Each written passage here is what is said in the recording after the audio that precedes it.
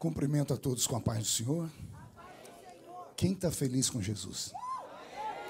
Então encontra uma pessoa bonita de verdade do seu lado e dê um sorriso para ela. Ficou difícil, gente? Tem gente que nem vira o pescoço. Sinceridade assembleiana, né? Uma alegria poder estar mais uma vez nessa linda igreja, revendo amigos, conhecendo irmãos, revendo o pastor Sérgio, essa figura simpática, amigo de longa data, a pastora Josiane. Já nos conhecemos, já tem umas décadas, né? Eu envelheci, vocês não. A América tem um mistério, né, gente? A pessoa chega do Brasil parecendo uma bruxa. Em um ano está parecendo a Xuxa. É uma coisa fora do normal, né? Quero cumprimentar aqui o pastor Samuelzinho, grande líder, profeta de Deus, profeta sobre a minha vida. Que honra ter você aqui, amigo. O pastor Heraldo de São Paulo, que eu via anunciar. Cadê o pastor Heraldo? Está ali do lado dele. Pastor Jacques Balbino de Alagoas, esse estava ali nas minhas costas. Ele deu um grito ali que a minha alma saiu uns 3 metros do corpo. Eu catei ela e voltou aqui para baixo, né? Bom encontrar aqui Paulo Neto. Eu fico toda vez esperando o Paulo falar uma coisa que só ele pode falar, que me escuta desde pequenininho. Ele pode. Ele tem quantos anos? 18? 18. Eu estava pregando em Tocantins, na nossa Adebrais, lá em Tocantins, há uns 2 meses atrás. Chegou um irmão perto de mim, ele tinha 76 anos. E ele falou assim: pastor Marco, que alegria te encontrar. Um diácono me abraçou, quase quebrou minha costela. E ele veio no meu ouvido e disse assim: ó, eu te escuto desde pequenininho.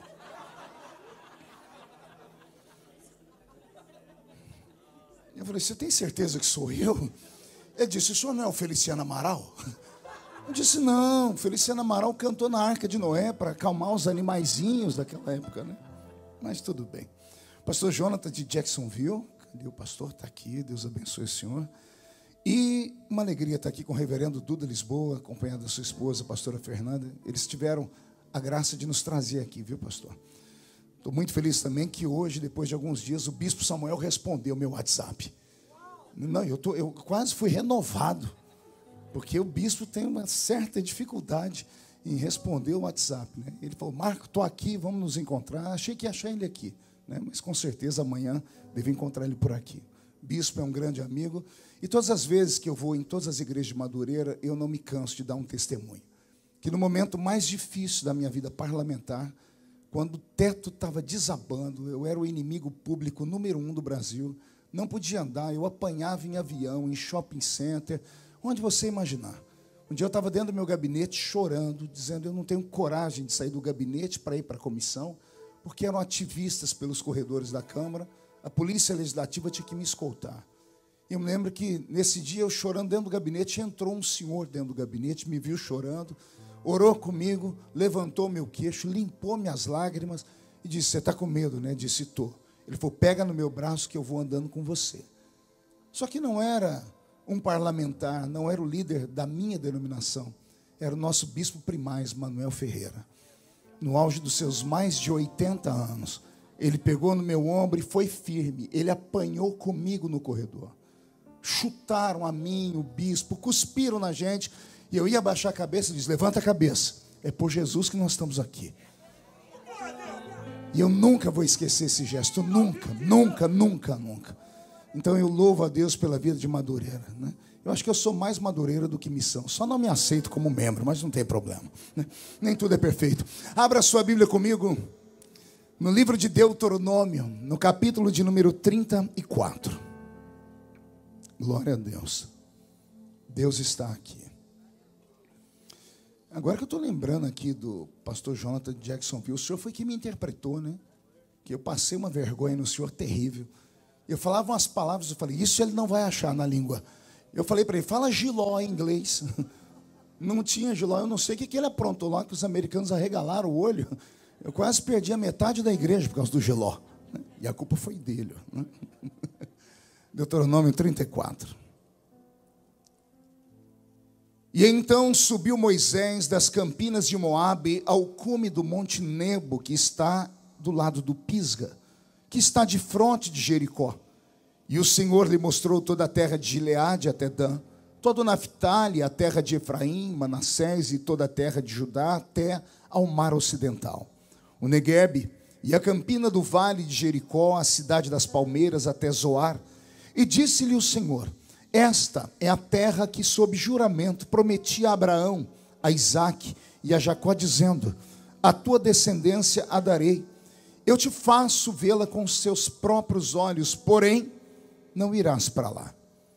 E assim morreu ali Moisés, servo do Senhor, na terra de Moabe, segundo a palavra do Senhor. E este o sepultou num vale na terra de Moabe, de frente de Bet-peor, e ninguém sabe até hoje o lugar da sua sepultura.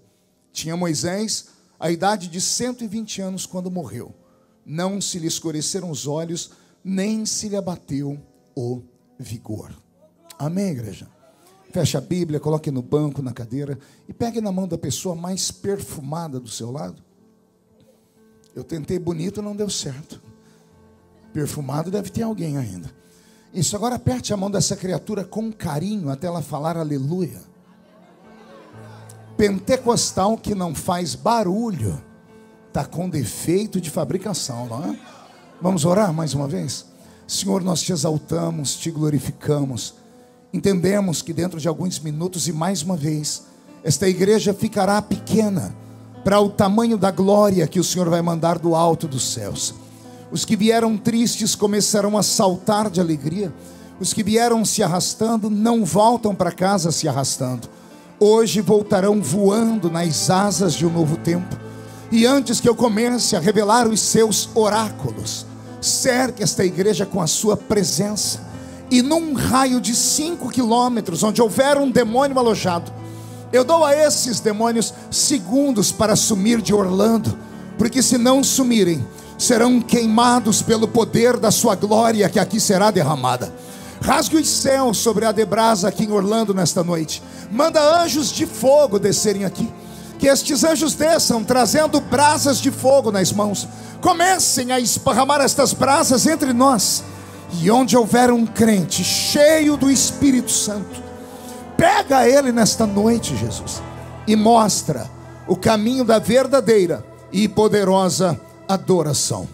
Fala conosco, fica conosco.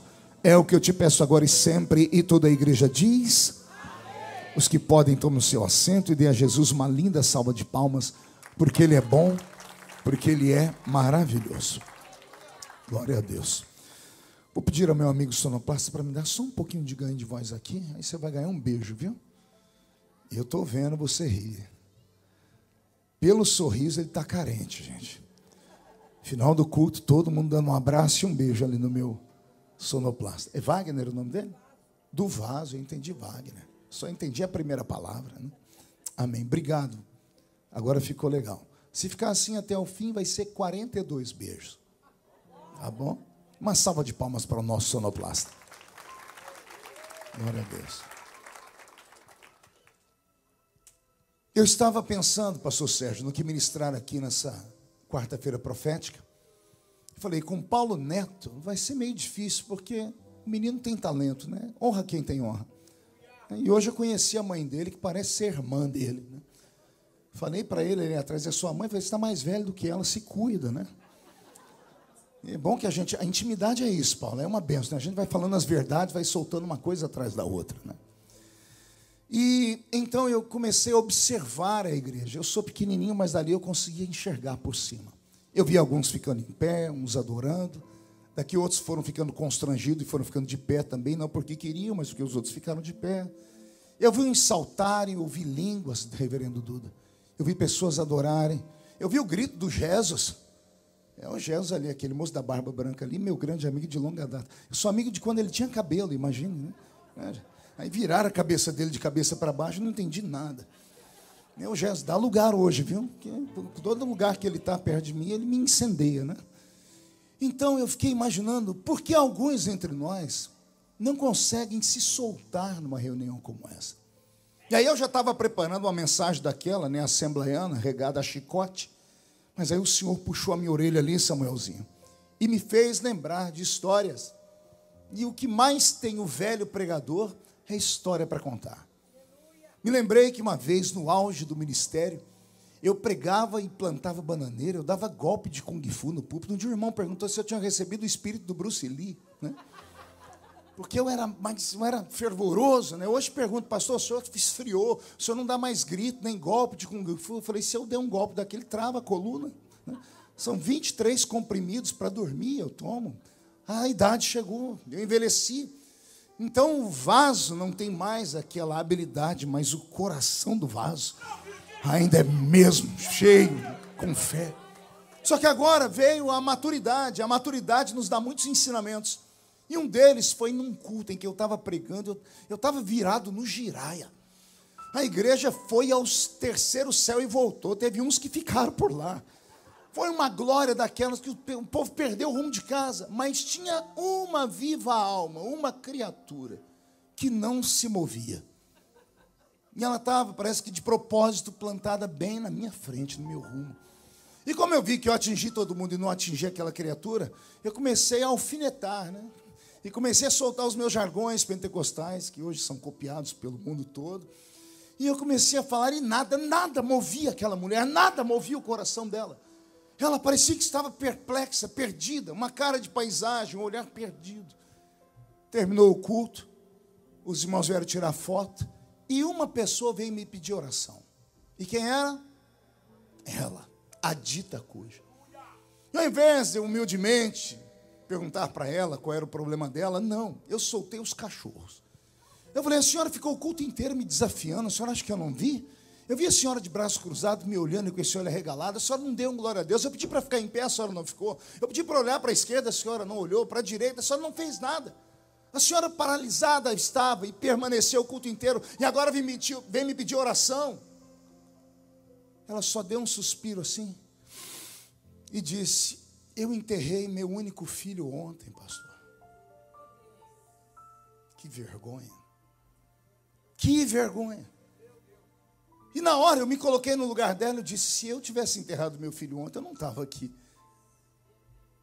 E eu falei, e a senhora, eu não sabia o que falar com ela. Eu falei, então, mas o que aconteceu, né, com seu filho? Ela disse, uma bala perdida, pastor. Matou meu filho. E ele estava indo para a igreja com a guitarra dele para tocar para o Senhor. E eu enterrei meu filho. Eu não ia vir para o culto, mas uma irmã disse, vamos para o culto, vai ter um pregador lá. Deus vai usar ele para falar com você. Aí eu só fui ficando pequeno, eu queria me esconder debaixo do púlpito. E nesse dia Jesus falou para mim, filho, nem todo mundo dá glória a Deus no culto, não é porque não quer, é porque não pode. E não é porque não pode, porque não tem consciência, é porque não tem força. Porque só Deus e essa criatura sabe o que elas passaram durante o dia, durante a semana. Então eu vou guardar aquele espírito assembleano de antigamente e vou derramar sobre vocês hoje um vaso de alabastro. E quem não trouxe lenço, prepare a manga da camisa, porque nós vamos receber um batismo de quebrantamento nessa quarta-feira profética. Alguém acredita nisso? Então olhe para o seu irmão e diga, se prepare. Vamos fazer uma viagem agora. Só de ida para dentro do coração de Deus.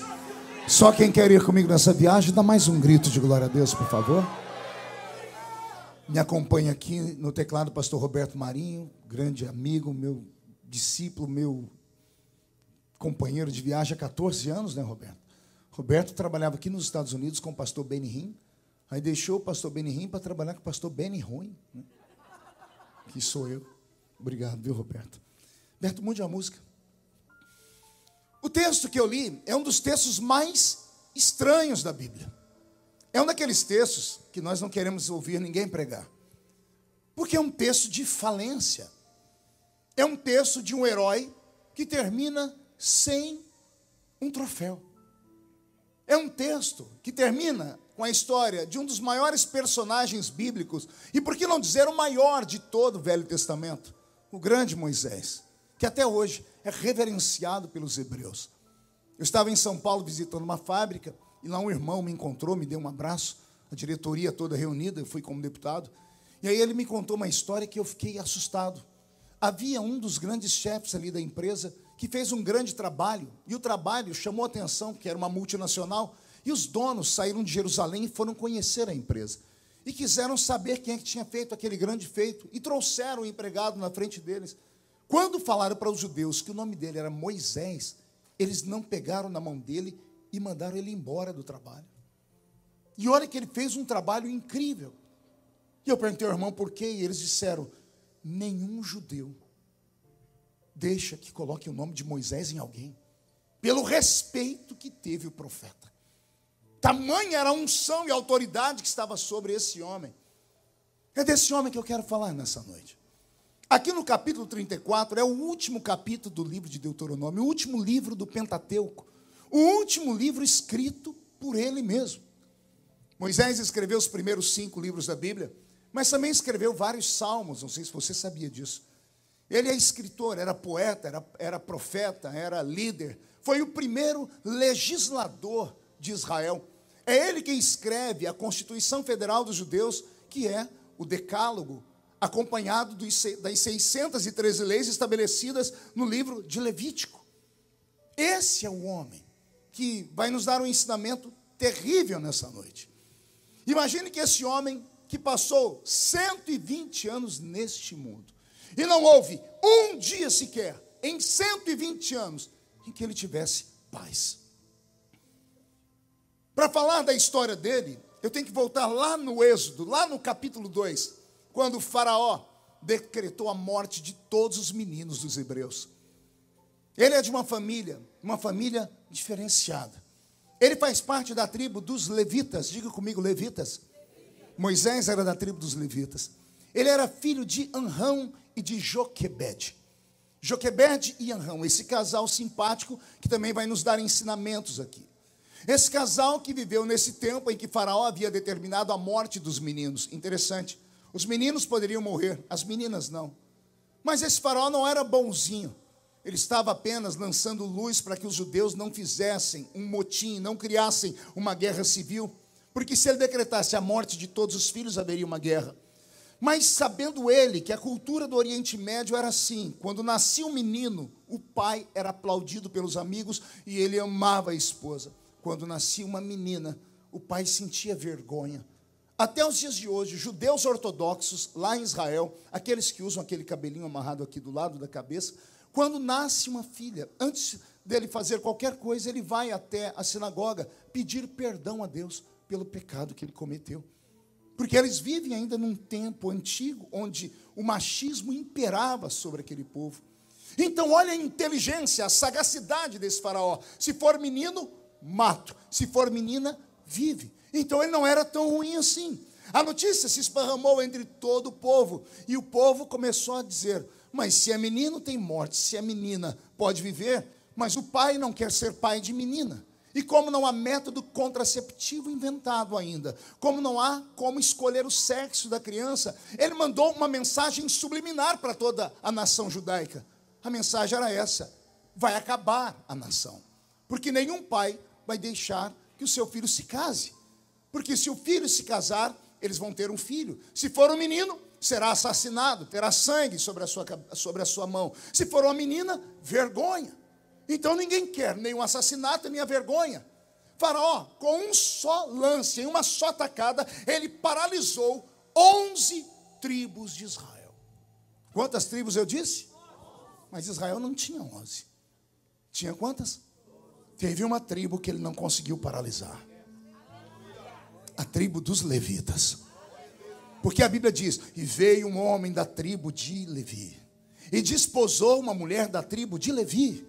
Casou quando não era para casar, e não era para ter nenhum filho. Esse casal tem logo de cara 3.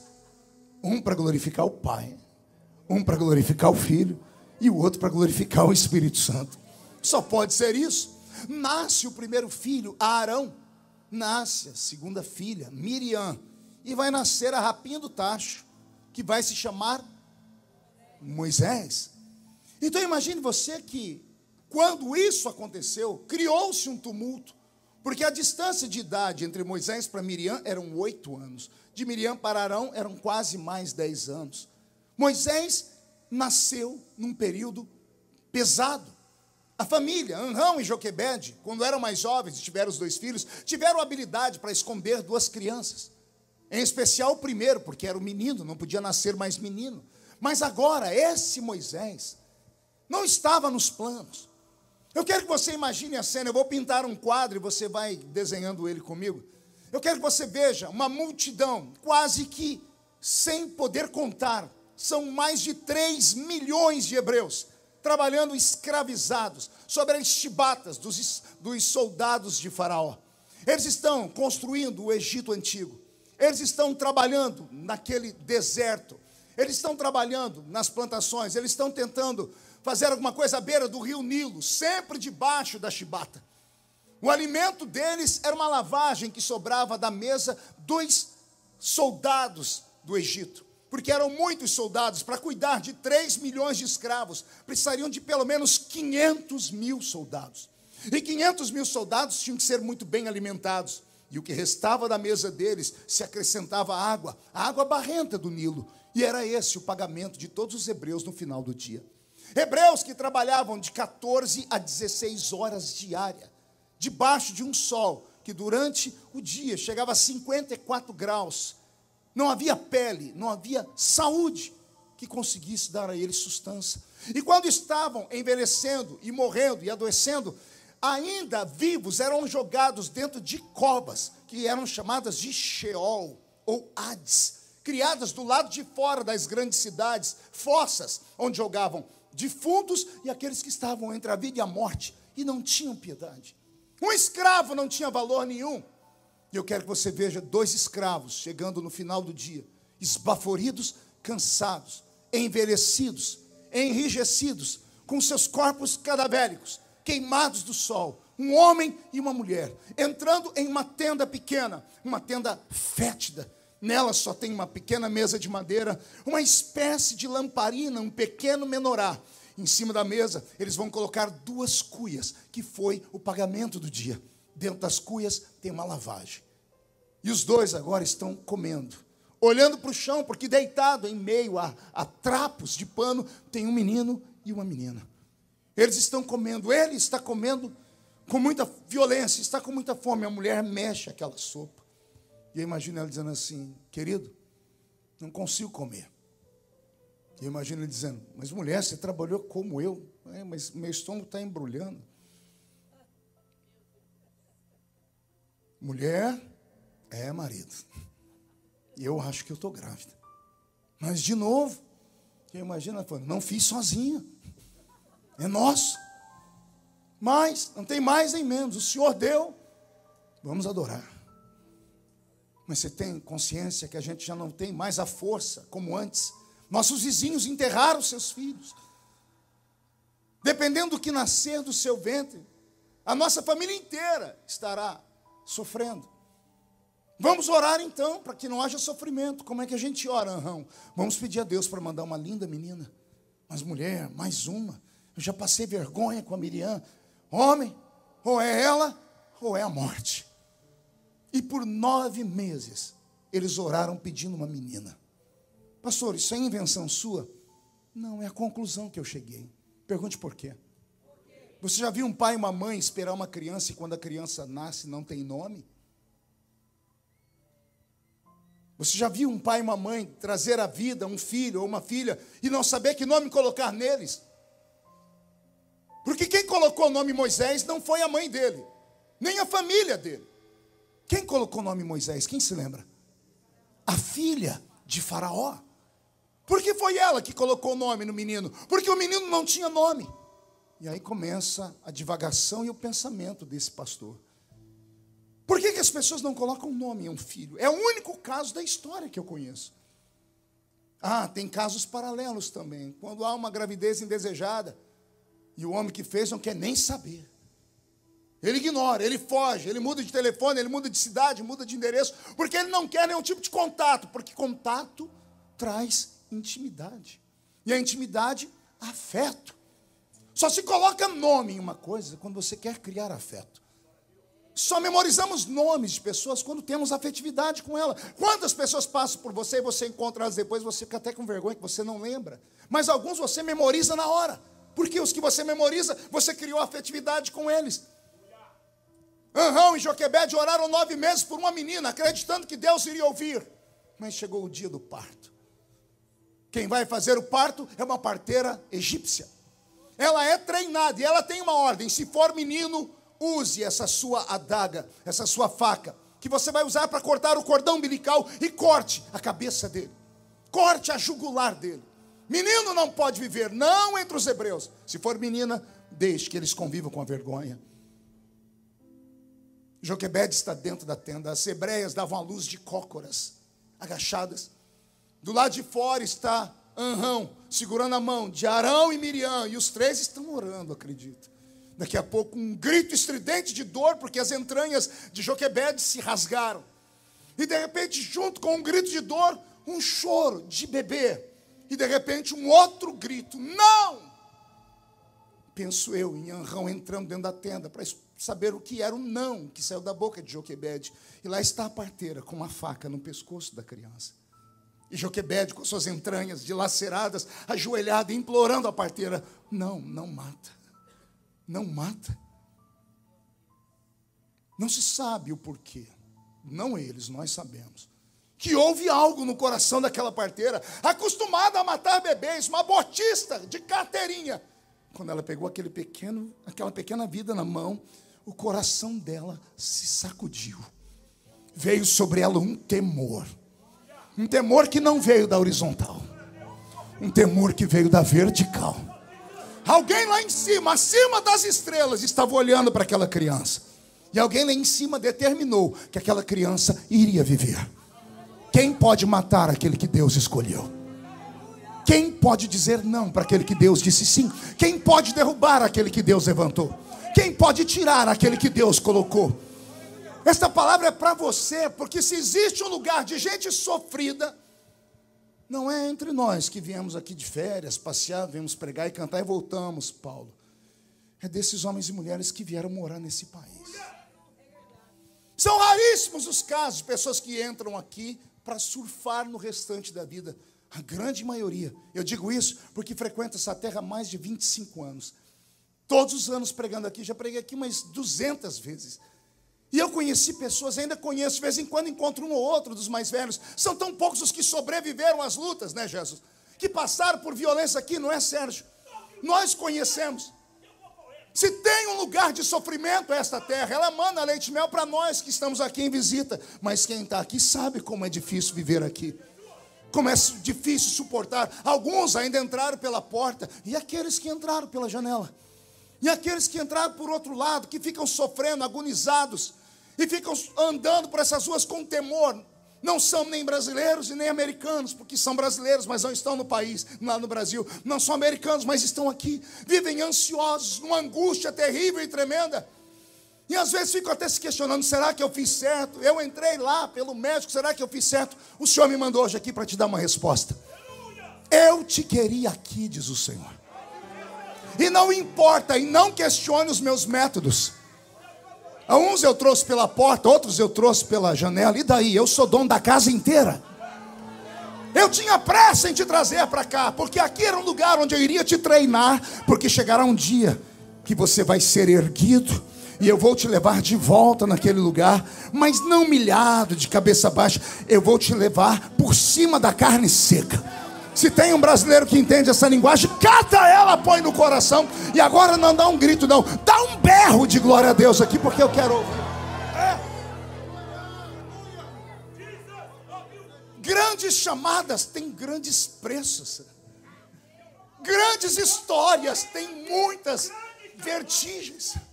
Esse é o Jesus.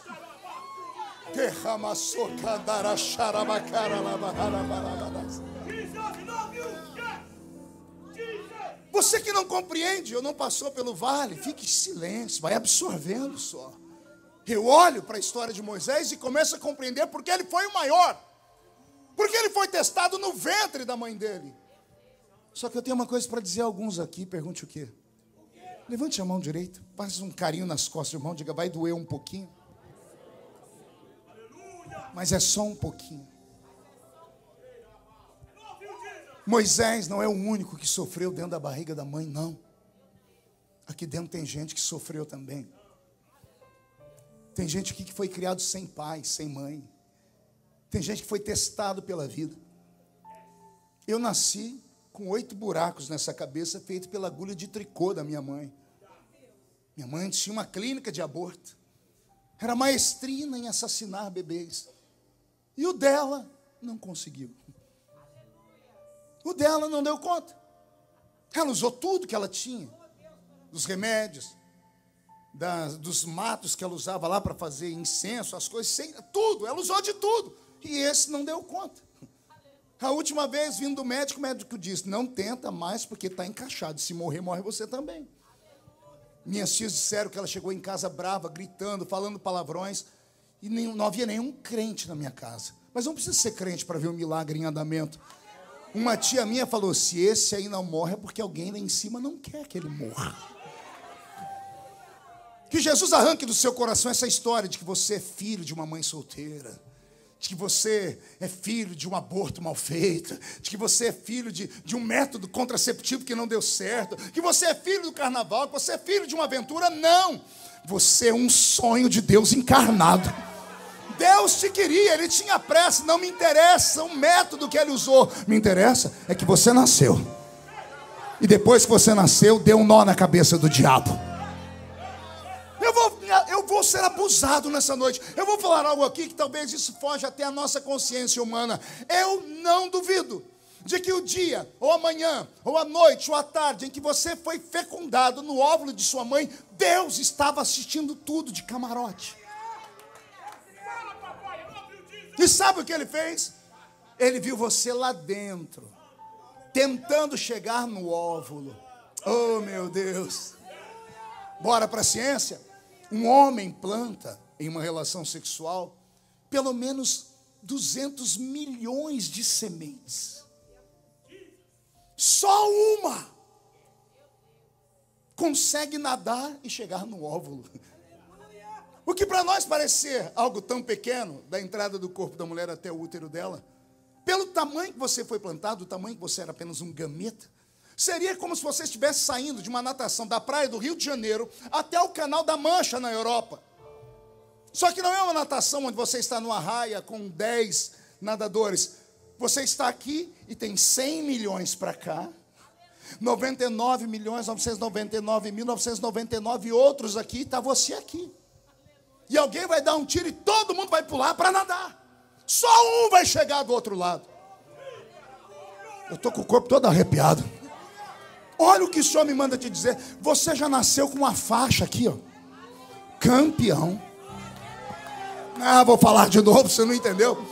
Você já nasceu com a faixa campeão. Você deixou 199.999.999 outros seres que poderiam ter nascido no seu lugar. Poderia ter nascido alguém mais bonito que você, alguém mais feio que você, alguém mais inteligente que você, alguém menos chato que você.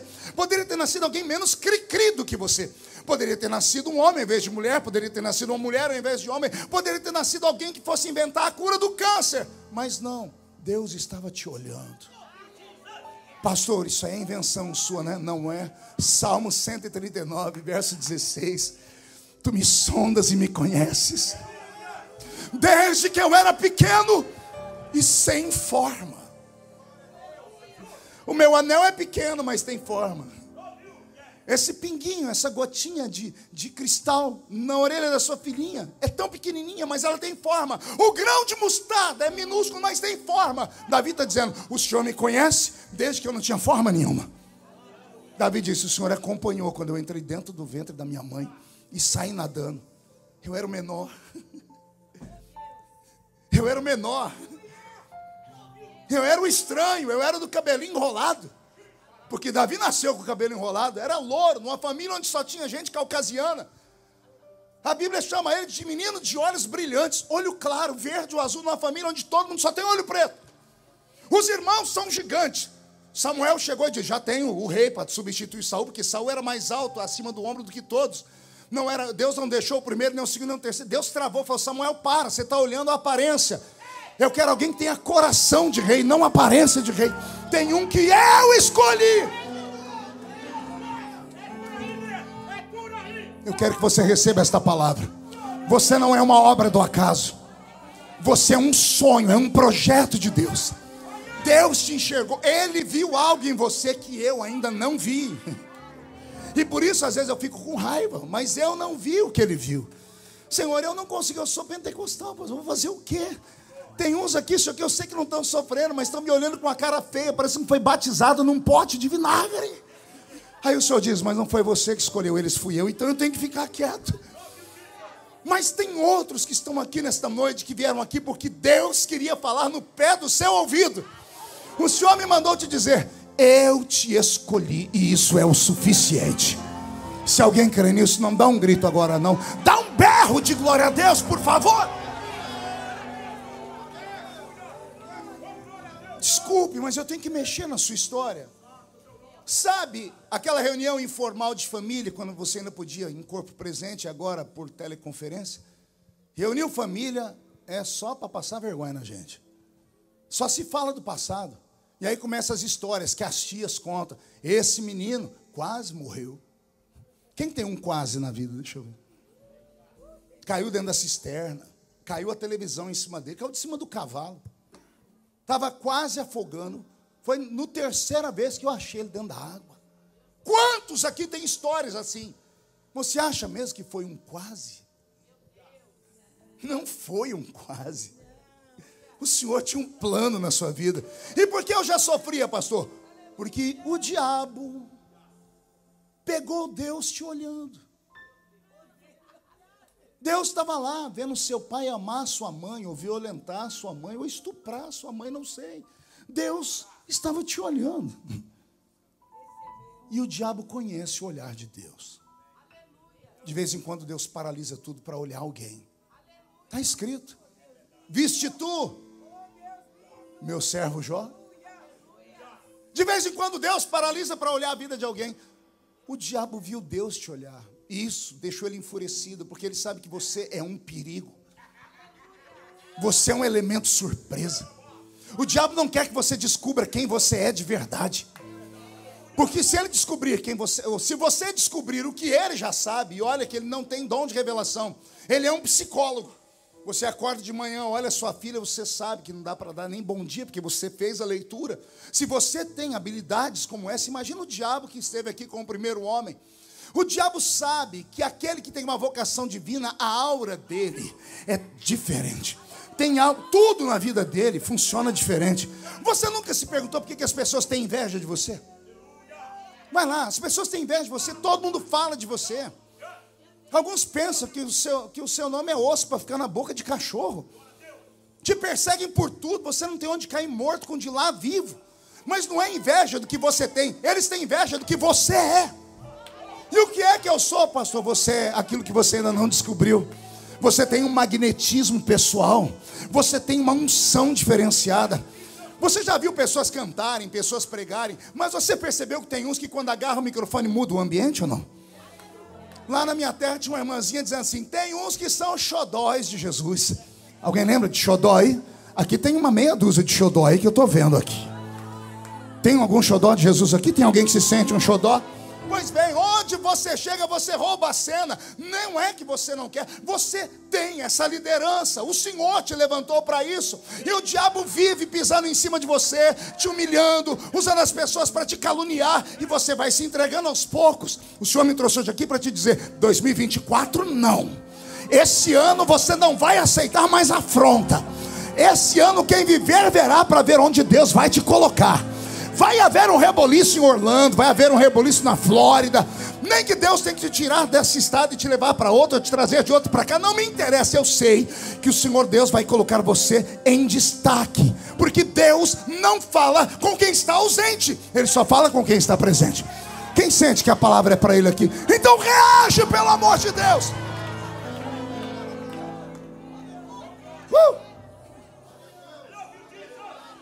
É esse Moisés que começa a sofrer desde o ventre da mãe. Aí ele nasce.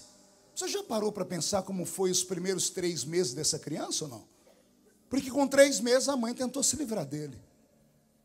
Com 3 meses, essa criança era um problema dentro da família. E por isso a família não colocou nome nele. Nasceu o menino, a parteira não matou, e agora? E agora é não deixar os vizinhos saber que ele nasceu. E agora é não deixar nem a família, os parentes, saber que ele nasceu. Porque se alguém souber, e alguém contar, e alguém que perdeu o filho souber, por que matou o meu e o dele não? Agora tem que esconder uma criança. Como é que se esconde uma criança? Não havia babysitter. Então quem vai cuidar do menino é a mãe, que tem a irmã que tem 8 anos de idade, Miriam. Miriam recebe uma ordem da mãe, pergunte qual? Só fala se todo mundo perguntar. Enfia um pano na boca dele, ele não pode chorar. Porque se ele chorar, vão ouvir. Por 3 meses, essa criança perdeu a sua linguagem, porque choro de criança não é só um choro, é uma linguagem. Pai não tem dom de interpretação de choro, mãe tem. A mãe sabe quando o choro é de dor, quando é de birra, quando é de sono e quando é de fome. A criança se comunica através do choro. Moisés não podia chorar, porque se chorasse, todo mundo ia ouvir. Segundo problema, Moisés não tinha comida. Pergunte por quê? Porque a mãe era escrava, comia lavagem todo dia. Eu me lembro dos áureos anos em que eu fiz missões na África, caminhando pelo interior de Luanda, há 25 anos atrás, na época da guerra, quando a UNITA, liderada por Jonas Savimbi, ainda assassinavam aldeias inteiras. Eu via pelas beiradas das estradas mulheres magérrimas, com suas mamas secas, suas crianças, que eram puras caveirinhas, agarrando as mamas das mães. Elas não conseguiam nem chorar porque não tinham força, não tinham comida. E na rua pegavam mato e cozinhavam com um pouquinho de água e davam água suja para o bebê beber. A fome é terrível. O menino não tem o que comer, porque a mãe só come lavagem. Que leite tinha Joquebede para dar para essa criança? E aí vem a parte que essa mexe comigo. Essa criança não pode ver a luz do sol. Ah, pastor, e o que tem a ver o sol? Lá no meu país, lá no meu interior, onde eu nasci, toda criança tem que tomar sol. E a minha velha mãe, Dona Lúcia, que não sabe ler nem escrever, sempre falava, o filho da Dona Teresa está com tiriça. E eu, tiriça, fui descobrir que é icterícia. Um negócio, um fungo que dá na pele da criança para ficar amarela. Então tem que tomar chá de uma planta lá que chama picão ou sol. Sem o brilho do sol, o fungo não vai embora. Moisés é um ser vivo e não pode ver a luz do sol, porque se estiver andando na rua com ele, alguém vai falar, deixa eu ver a menininha que nasceu. Porque só meninas podiam estar vivas. Então uma criança que não tem alimentação, uma criança que não pode ver a luz do sol e uma criança que não pode chorar, qual é o destino dela? 3, 2, 1, morrer. Por isso não colocaram o nome nele. Mas aí vai lá na carta aos Hebreus e a Bíblia diz, e o menino crescia e era formoso. Oh meu Deus, eu vou repetir, ele não tinha comida, ele não podia ver a luz do sol, ele não podia chorar, era para morrer, mas o menino vai crescendo, vai ficando formoso, vai ficando bonito. E eu repito, quem pode matar aquele que Deus quer que viva? Quem pode tirar alguém daquele caminho que o Senhor escolheu para ele estar? Um belo dia, Joquebede e Arão chegam lá do meio do trabalho, olham para a criança, e a Miriam fala, não estou conseguindo mais segurar o menino. Ele não tem como mais, mãe, está difícil. E naquela noite, Arão e Joquebede tiveram que tomar uma decisão, talvez uma decisão que eu e você não saberíamos como tomá-la. Temos que escolher entre os filhos, um para morrer ou morrer a família inteira. E chegar à seguinte conclusão, vamos nos livrar do menino que não tem nome. Levaram ele à beira do rio Nilo e jogaram ele dentro do rio. Fizeram uma cestinha, daí o nomezinho Moisés, onde as mulheres compram para colocar os seus bebês. Colocaram o menininho dentro do cestinho, jogaram nas águas do rio Nilo, deixando a sorte. Eu li um livro de um escritor brasileiro, ele fez um romance sobre Moisés, e ele colocou no livro que o cestinho tinha um gancho onde Miriam amarrou uma corda. E ela ficou bem longe, indo atrás do cestinho. E eu ri muito. Falei, Deus não precisa de ajuda para fazer milagre. Aquilo era um rio, não era uma lagoa. Na beira do rio tem galho, tem mato. Você joga uma corda, vai embaraçar, não vai dar certo. Jogaram o menino para morrer. Havia uma história entre os egípcios que, para acalmar a ira dos deuses, bastava dar um sacrifício lá, uma oferenda no rio Nilo.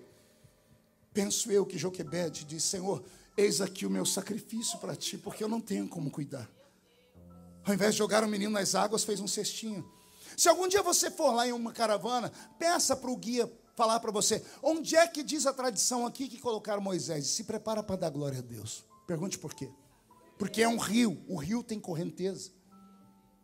A primeira vez que eu estive lá e perguntei, a guia falou assim: aqui nesse ambiente, foi nesse lugar aqui que jogaram Moisés. Aí eu olhei para baixo, a correnteza está para cá. E eu falei: e onde era supostamente o palácio de Faraó, onde a filha de Faraó tinha lá a sua piscina? Ela: ninguém nunca me fez essa pergunta, mas pela geografia, as ruínas encontradas, fica logo aqui em cima. Eu falei: calma aí. Colocaram o menino aqui e a correnteza vai para lá. Aí a senhora está dizendo que colocaram o menino aqui e o menino foi para lá? Não entendeu, não? Todo aquele que é vocacionado por Deus nada contra a correnteza. Todo aquele que tem uma vocação, ele anda na contramão da avenida. Vão te chamar de louco, de maluco, de desequilibrado. E dá um beijinho no ombro para essa turma. Há uma história entre você e Deus que um dia será contada. É ali que a filha de Faraó pega o menino e coloca o nome nele de... que significa: das águas o tirei. Todo aquele que é escolhido por Deus, ele passa por águas turbulentas. É esse Moisés que começou a vida assim, sofrendo ali. Moisés ficou dentro do palácio de Faraó de 0 a 40 anos. No aniversário de 40 anos, ele descobriu que ele não era filho da filha de Faraó. Uma das tradições dizem que ele estava com a roupa branca, descendo para uma sala com os convivas, parecido com o filho de Faraó, porque ele raspou a cabeça, e ele com a sua roupa branca de gala de aniversário, ele esbarra em uma moça que está lavando um dos corredores do palácio, e a água suja respinga na roupa dele, e ele ergue a mão para bater nela. Ela diz: não me toque, porque eu não sou escrava para você não, eu sou sua irmã. E ele consegue, naquele momento, parar para meditar e ouvir a história que ela conta. E daí a vida dele perdeu o sentido. O palácio não era mais o lugar dele. E ele começou a sair do palácio para ver como viviam os escravos. E em uma dessas idas e vindas, ele comete um assassinato, matando um homem que estava batendo em um judeu. Ele esconde na areia. No dia seguinte ele volta. Ele vê outros 2 judeus brigando, ele vai tentar apartar e alguém grita: vai querer matar a gente também, como você matou aquele ontem? E a notícia se esparramou. E ele, com medo de que Faraó o matasse, ele abandona a terra do Egito e se embrenha pelo meio do deserto. Ele tem 40 anos de idade.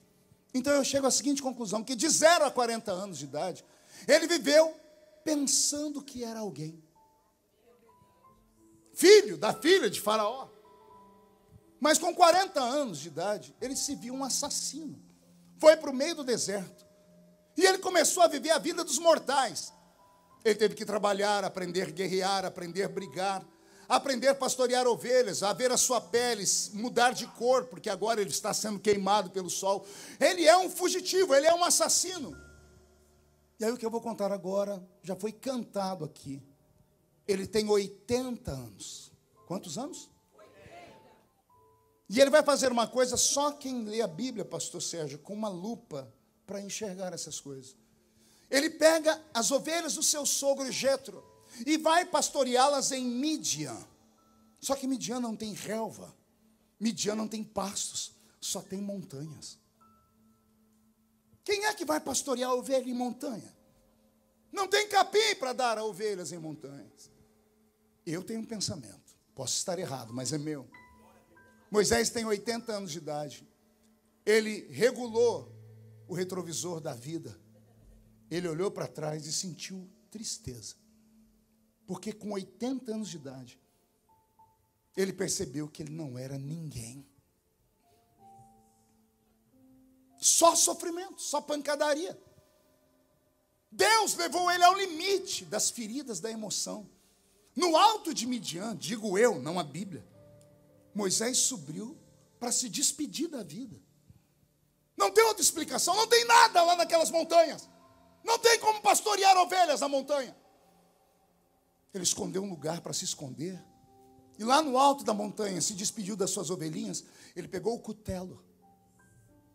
Com 80 anos, deve ter medido uma parte do corpo que seria fácil de se matar, para sair dessa vida, porque tem hora que dá vontade de deixar esse mundo. Todo ser humano passa por isso. Todo ser humano já pensou um dia em deixar de viver. Muitos entre nós que estão aqui já pediram a Deus a morte. E você não é o único. Tem profetas da Bíblia que pediram também. A unção de Deus não te blinda da dor. A unção te reveste para você pregar. Eu pregava hoje de manhã no Conselho de Pastores de Orlando, eu dizia, a unção de Deus vem sobre nós como estamos no púlpito, esse lugar aqui ele é mágico. A gente se torna um leão. Eu não peço perdão a ninguém pelas coisas que eu prego aqui. Aqui em cima eu não tenho amigos, não tenho parentes quando eu estou aqui. Quando eu vi, eu já falei. Porque aqui algo sobre-humano nos envolve. Por quê? Porque é uma unção que nos cobre. Mas ela só vem quando a gente está aqui. Quando a gente desce ali, passa 5, 10 minutos. E essa unção vem só para o exercício do ministério. Ela não nos blinda da angústia. Ela não nos blinda do medo. Ela não nos blinda da tristeza. Ela não nos blinda do sofrimento. Ser escolhido não é sinônimo que você será aplaudido. Se chegar no céu e encontrar um homem lá com os olhos desse tamanho, olheiras profundas, se aproxime dele e nem precise de revelação, chame ele de Jeremias. E ele vai falar para você, sou eu. E você pergunta, por que lá no Brasil um pregador te chamou de profeta das lágrimas? Você vai ouvir ele falar assim, eu sou lascado. Por que, Jeremias? Fui escolhido como profeta, profetizei 40 anos, nenhuma profecia minha se cumpriu enquanto eu estava vivo. O rei me chamou de falso profeta e me enclausurou. Me prendeu numa masmorra. Eu adoeci de tuberculose. Terminei os meus dias cuspindo sangue. Escrevi meu livro, Lamentações de Jeremias. Terminei o livro dizendo, renova os nossos dias como antes. A não ser que o Senhor esteja irado contra nós. Eu vivi, sofri, fui martirizado. Por causa do ministério que Deus me deu. Por causa da minha chamada. Por causa da minha vocação. E aí fica a pergunta, vale a pena? Vale a pena? E a dor? E o sofrimento? E as lágrimas? Pergunto de novo, vale a pena? Eu vou deixar a Bíblia responder. Um dia, milhares de anos depois, eu imagino Jeremias lá no seio de Abraão, reverendo Duda, bicudo, ainda enxugando as lágrimas, milhares de anos chorando, pastor Samuelzinho. E lá vai Jeová, falando, está tudo bem, Jeremias? Mais ou menos. Por que, Jeremias? O Senhor me levantou, preguei, fiz tudo, terminei.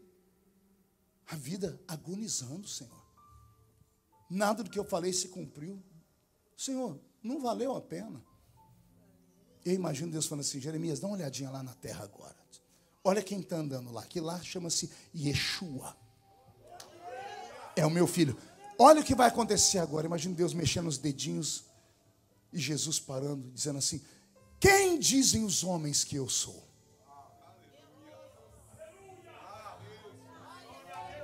E um deles grita, tem gente que diz que tu és Jeremias. Uai, mas não é um profeta que não se cumpre nada? Não é um profeta que só apanha? Pois quando Deus encarnou na terra, acharam que ele era Jeremias. Não há uma vocação que não tenha propósito. Você não está aqui porque caiu da mudança. Você não está aqui sem propósito, não. Você faz parte de um projeto. E esse projeto vai se concretizar. Eu estou escutando já um barulho de milagre chegando aí. Esse ano Deus vai fazer um reboliço nessa terra. Alguém pega esta palavra, por favor? Então reage de novo. Deus esgota as forças daquele que ele tem uma vocação divina. Deus leva o homem ao limite. Lá está Moisés, penso eu, com o cutelo. E quando Deus viu que não tinha mais força nenhuma nele, Moisés olha para frente e uma sarça começa a fumegar. Mas ela não se queima. Moisés olha para a sarça, tenta se aproximar dela, e uma voz no meio da sarça diz assim, Moisés. Ele nunca tinha falado com Deus. Não conta para ninguém. Deus nunca tinha falado com ele. Mas Deus conhecia ele.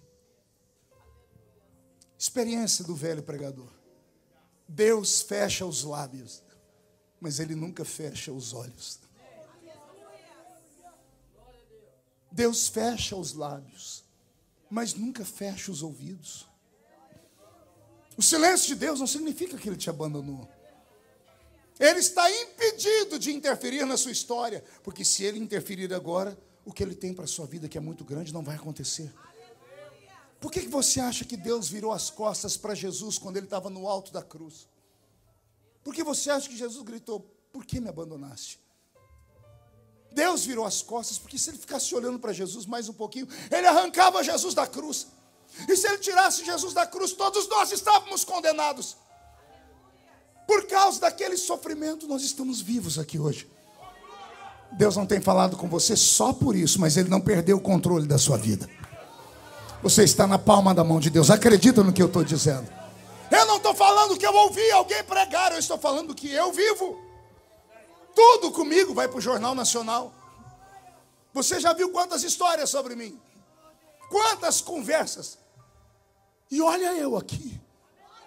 As pessoas me perguntam, qual o seu segredo? Eu digo, é simples, os meus pés fincados em uma rocha.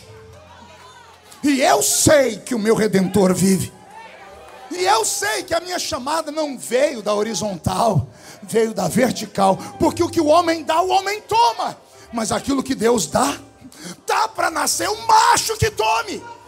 Se foi Deus que te escolheu, se foi Deus que te vocacionou, pode se levantar 11 mil demônios contra você, 1000 cairá de um lado, 10.000 cairá do outro lado, e você não pode ser atingido.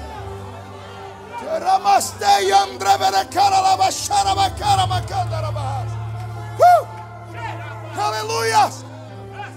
Aleluias! Ânimo! Não há espaço para covardes.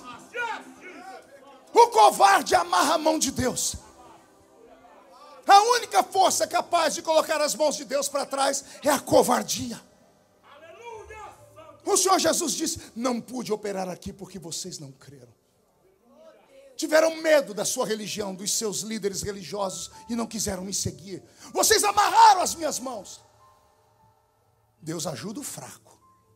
O fraco ele pega na mão e salta muralhas. Mas o covarde não. Não seja covarde. Você é príncipe, você é uma princesa. Príncipe e princesa não pode andar de cabeça baixa, senão a coroa cai. É por isso que não te respeitam. Não te respeitam porque você não se dá o respeito. Se você não acreditar na sua história, na sua chamada, quem vai acreditar? Vou repetir de novo. Se você não acredita que foi Deus que te trouxe aqui e que vai dar tudo certo, quem vai acreditar? Ah, pastor, mais nem menos. Quem fala de você não paga as suas contas. Quem fala de você não abre as portas para você. Quem fala de você não te visita.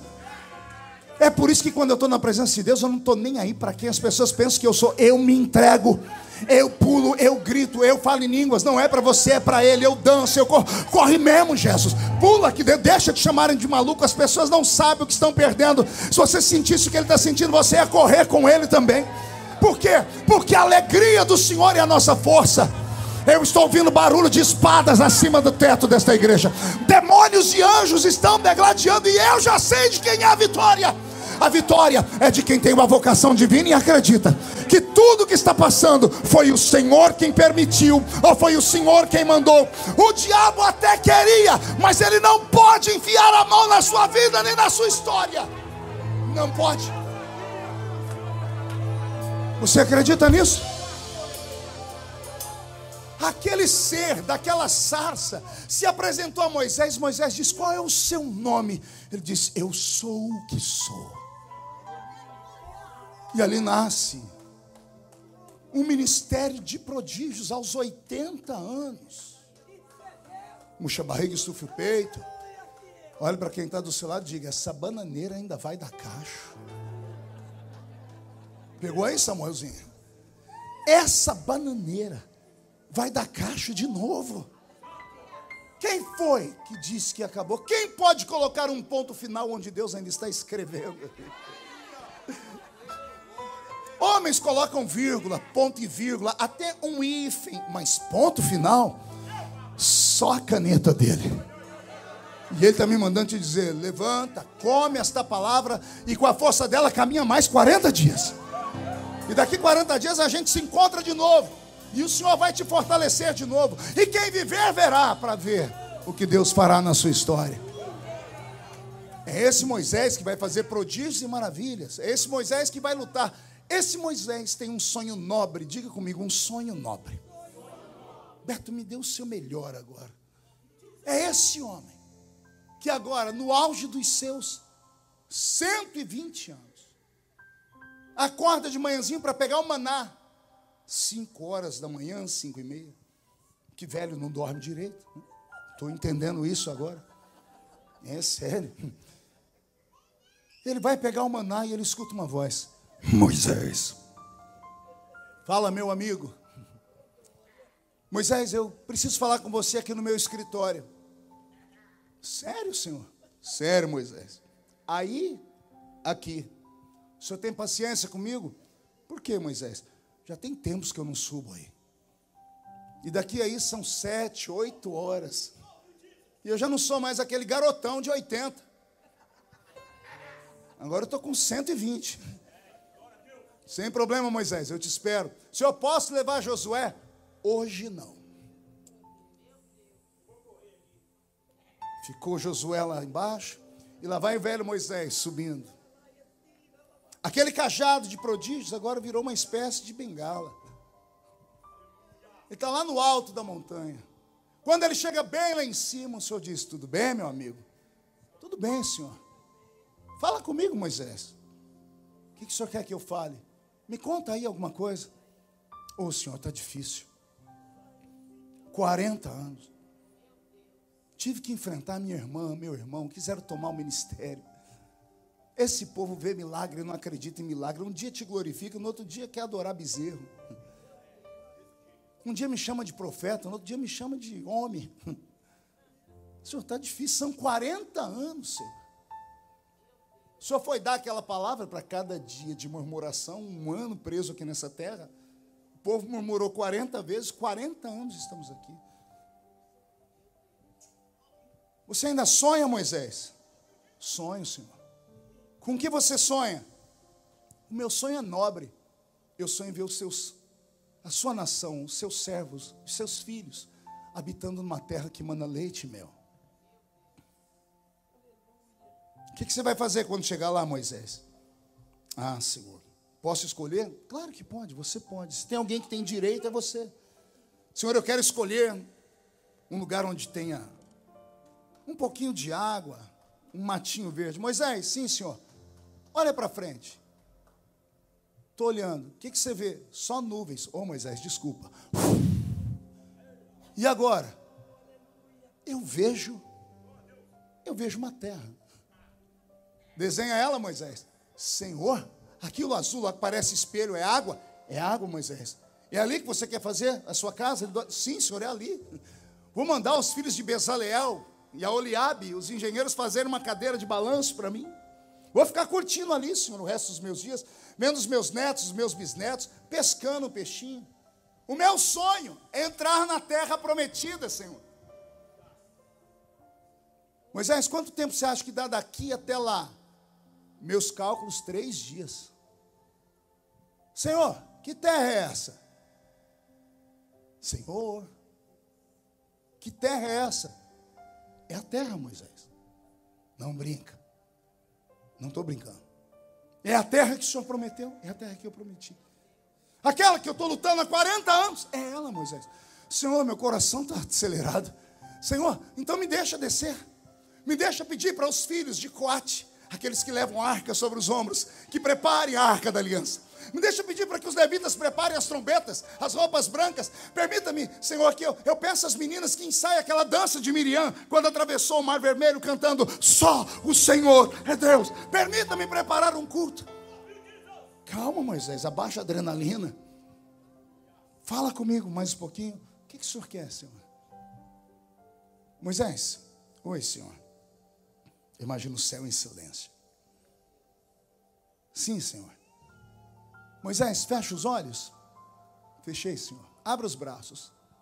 Abri, Senhor. Moisés, sim, Senhor. Morre. Pode imaginar Moisés dando o último suspiro. O último suspiro e uma pergunta. Por quê? Quem merecia entrar naquela terra mais do que ele? Lembra que eu disse no início, já estou terminando? É uma história que ninguém quer pregar. Porque ela não termina com um final feliz. A promessa na vida dele não se cumpre. Ele morre vendo e não entrando. O dia que eu li isso a primeira vez, eu fiquei muito surtado. Eu fiquei bravo. Quando eu entendi, eu falei, Senhor, meu Deus, então tá certo o Novo Testamento. As pequenas coisas deixaram a gente de fora. Lembrei das pregações. Moisés não entrou na terra porque ao invés de falar a rocha, ele bateu na rocha. Meu Deus, só por causa disso. Era uma pedra, ele não viu Jesus. Era uma coisa simples. Então é isso que tirou ele de lá. Deus me deixou em silêncio, com raiva, uma hora e meia. Aí Deus falou no meu ouvido, Marco, a pergunta que você tem que fazer não é essa, o porquê. É outra. Eu falei, qual?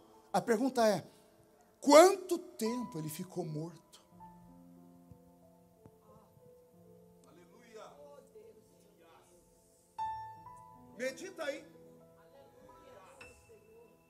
Usa todos os seus conhecimentos da Bíblia agora.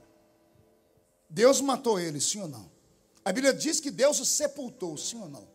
A palavra sepultar significa esconder. Se tem uma sepultura, por que não encontraram ela até hoje? Lá no livro de Judas, que antecede o Apocalipse, tem uma guerra cósmica. Alguém lembra? Miguel e Satanás. E o motivo da guerra? O corpo de Moisés. Se ele morreu, tem que estar sepultado. Porque a Bíblia diz que Deus o sepultou, mas sepultar é esconder. Os demônios são translúcidos, atravessam a terra, não encontraram o DNA de Moisés, os ossos de Moisés, não acharam nada. E aí começou a me dar um nó na cabeça. Eu falei, Senhor, o que o Senhor está querendo me dizer? O Senhor disse para mim, quanto tempo ele ficou morto? E eu não consegui responder. E o Senhor disse para mim, nenhum segundo.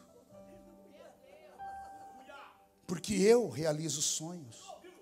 Não como vocês querem, mas como eu quero. Assim diz o Senhor, eu te dou o direito de sonhar, mas dê a mim o direito de sonhar para você sonhos maiores e melhores do que o seu. O sonho de Moisés era entrar na terra prometida, sim ou não? Mas Deus queria colocar ele em outra terra, na terra verdadeira. Quando Deus disse morre, ele abriu os olhos para falar por que ele não estava aqui. Ele foi trasladado, ele foi transportado, ele foi arrebatado, abduzido, use a palavra que quiser, mas ele foi arrancado dessa nossa dimensão e foi arrastado ao céu sem ver a morte. Ao chegar lá, Deus deve ter dito para ele, bem-vindo, Moisés. Esta é a terra que mana leite e mel. Imagina Moisés com o queixo caído. Nossa, que lindo. Senhor, é muito lindo. E o Senhor dizendo, calma, eu vou colocar alguém para te mostrar o céu. Tem um cidadão que chegou antes de você aqui. Porque na mente de Deus, passado, presente e futuro se misturam. O que para nós veio depois, para Deus pode ter vindo antes. O cordeiro foi morto antes da fundação do mundo. E aparece alguém para caminhar com Moisés no céu. Elias. Mas ele não vem depois. Eu acabei de dizer que isso aqui é revelação. Para Deus, passado, presente e futuro se misturam. Elias vai mostrar o céu para Moisés. Levou 3 dias para Moisés ver o céu inteiro. Pergunto, como o senhor sabe? Que a minha Bíblia diz que um dia para o Senhor é como? 1000 anos. E 1000 anos para o Senhor é como? Um dia. Quando Moisés conheceu o céu, ele chegou diante de Deus e falou, Senhor, e agora? E agora, Moisés, que eu realizei o meu sonho, que era te ter aqui, eu vou realizar o seu. Como assim? Vou te mandar para a terra prometida. Você acha que eu não dou o devido pagamento àqueles que me servem? Você acha que eu sou injusto? Você vai conhecer a terra prometida. Elias, leva Moisés agora lá para baixo. Aí você abre a sua Bíblia depois em casa, em Mateus ou em Lucas. Você vai ler uma história chamada de o Monte da Transfiguração. E lá no Monte da Transfiguração está Yeshua. Pedro, Tiago e João são testemunhas que em certo momento o rosto de Jesus brilhou como o sol e a roupa dele resplandeceu. E o céu se rasgou em duas partes. E dois homens apareceram diante de Jesus falando com ele. Quem eram eles? Não ouvi? Ué, mas morto volta a essa terra? Não volta. Hebreus 9:27. Ao homem está ordenado morrer uma vez só, vindo depois disso o juízo. Não morreu, só foi escondido. E aí ele veio conhecer a terra e Deus realizou o sonho dele. Está pegando aí, brasileiro? Deus vai realizar o seu desejo. Mas antes vai realizar o desejo dele na sua vida. E quando ele terminar de realizar o desejo dele na sua vida, ele vai te dar tudo aquilo que você quer. Ele vai te entregar numa bandeja de prata ou de ouro, com honras. E vou liberar uma palavra no mundo espiritual. Todos aqueles que riram de você, que te caluniaram, que te perseguiram, estão proibidos de morrer. Eles precisam ficar vivos, nem que seja em uma cama, para ficar vendo, ou pelo YouTube, ou por um canal de televisão, ou uma notícia, você lá. E a criatura gaguejando, dizendo, não. É? Eu falei que não ia, eu falei que não chegaria, eu disse que seria envergonhado, e agora está lá. Os seus inimigos vão ter que viver para ver onde Deus vai te colocar. Eu estou liberando esta palavra, cata ela se você acredita. O Senhor me trouxe nesta quarta-feira profética para profetizar. Se você acredita, recebe esta palavra. Vai haver um tempo de tanta honra na sua vida, de tanta honra, que para cada dia de humilhação haverá dupla honra. Haverá tanta honra na sua vida que a sua família vai se curvar, os seus amigos vão se curvar, os seus inimigos vão te aplaudir. Quem viver verá para ver o que Deus faz, porque Ele é dono dos tempos, como disse o pastor Sérgio no início deste culto. E com essa palavra eu encerro dizendo que com 120 anos de idade Moisés viu o que Deus é capaz de fazer com aquele que não é ninguém. Até os 40 ele achava que era alguém. De 40 a 80 ele viu que não era ninguém. De 80 a 120 ele viu do que Deus é capaz de fazer com aquele que não é ninguém. Primeiro Deus esvazia, para depois ele encher com a sua glória. Primeiro ele te joga na cova. Primeiro ele te joga na cisterna, para depois te colocar assentado no trono, José. Entre o dia da luta e o dia da vitória tem uma caminhada. Força, porque vai dar tudo certo. Não prego para derrotados, prego para o melhor do Brasil, que foi emprestado aos Estados Unidos, que estão aqui nesta terra.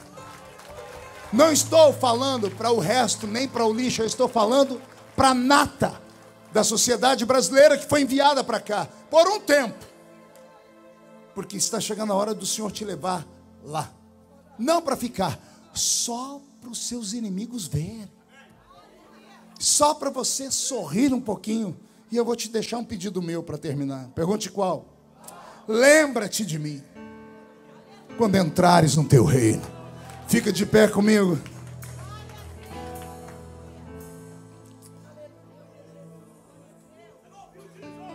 Eu encerro pedindo que todos inclinem a cabeça, querendo fazer uma oração, uma última.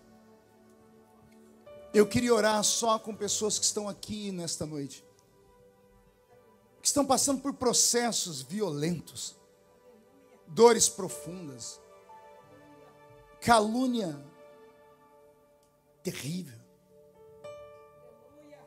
vales tão profundos que você não consegue enxergar a luz. Eu quero orar com quem está tendo uma noite tão escura, que veio o dia e você não conseguiu ver o brilho do sol. Eu quero orar com quem está cansado de sofrer nessa terra, que acredita que o seu Deus não te trouxe aqui para você ser humilhado nem envergonhado, que é uma chamada de Deus na sua história. Mas eu não quero orar com você aí, eu quero orar com você aqui no altar. Ah, pastor, mas se eu for aí, que vão falar de mim? Os mesmos que não fazem nada por você. Mas se você vier, quem sabe os olhos do Senhor não te encontram aqui. Ele não mudou. O nome dele ainda é Jeová Jiré. Ele operou um dia, ele vai operar de novo, né, Roberta?